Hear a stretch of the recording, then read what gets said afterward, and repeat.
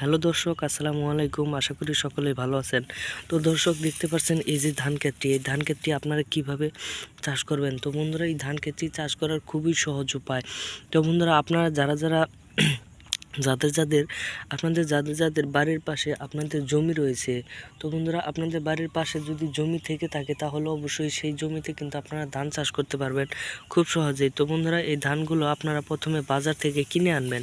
তো বন্ধুরা, বাজার থেকে কিনে আনার পরে আপনারা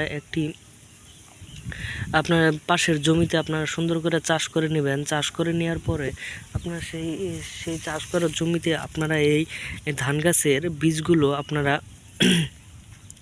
এই যে বীজগুলো আপনারা কিছু দূর ফাঁকে ফাঁকে আপনারা এই বীজগুলো বুনে দিবেন। বুনে দেওয়ার পরে তখন দেখবেন যে কিছুদিনের মধ্যে ধানগুলো আস্তে আস্তে বড় হয়ে গেছে। তো তারপরে আপনারা এই ক্ষেতের মধ্যে একটু পানি দিয়ে দিবেন এবং অল টাইম এই ক্ষেতের মধ্যে পানি রাখবেন। তারপরে কিন্তু আস্তে আস্তে আপনার ধান ক্ষেতগুলো বড় হয়ে যাবে।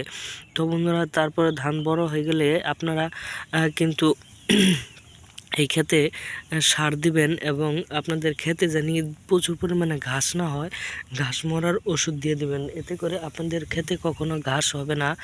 এতে করে আপনাদের অনেক ধানগুলো বাড়িয়ে দিবে। তো তখন কিন্তু আপনারা চাইলে কিন্তু আপনারা একটু পরিশ্রম কম হবে। তো বন্ধুরা, আপনারা যদি এই ওষুধগুলো না দেন তাহলে আপনাদের প্রচুর পরিশ্রম করতে হবে। তারপরে এই ধানগুলো বড় হয়ে গেলে অবশ্যই আপনারা বাজারে বিক্রি করে অনেক টাকা ইনকাম করতে পারবেন। ধন্যবাদ সকলকে। সকলে ভালো থাকবেন, সকলে সুস্থ থাকবেন। আসসালামু আলাইকুম।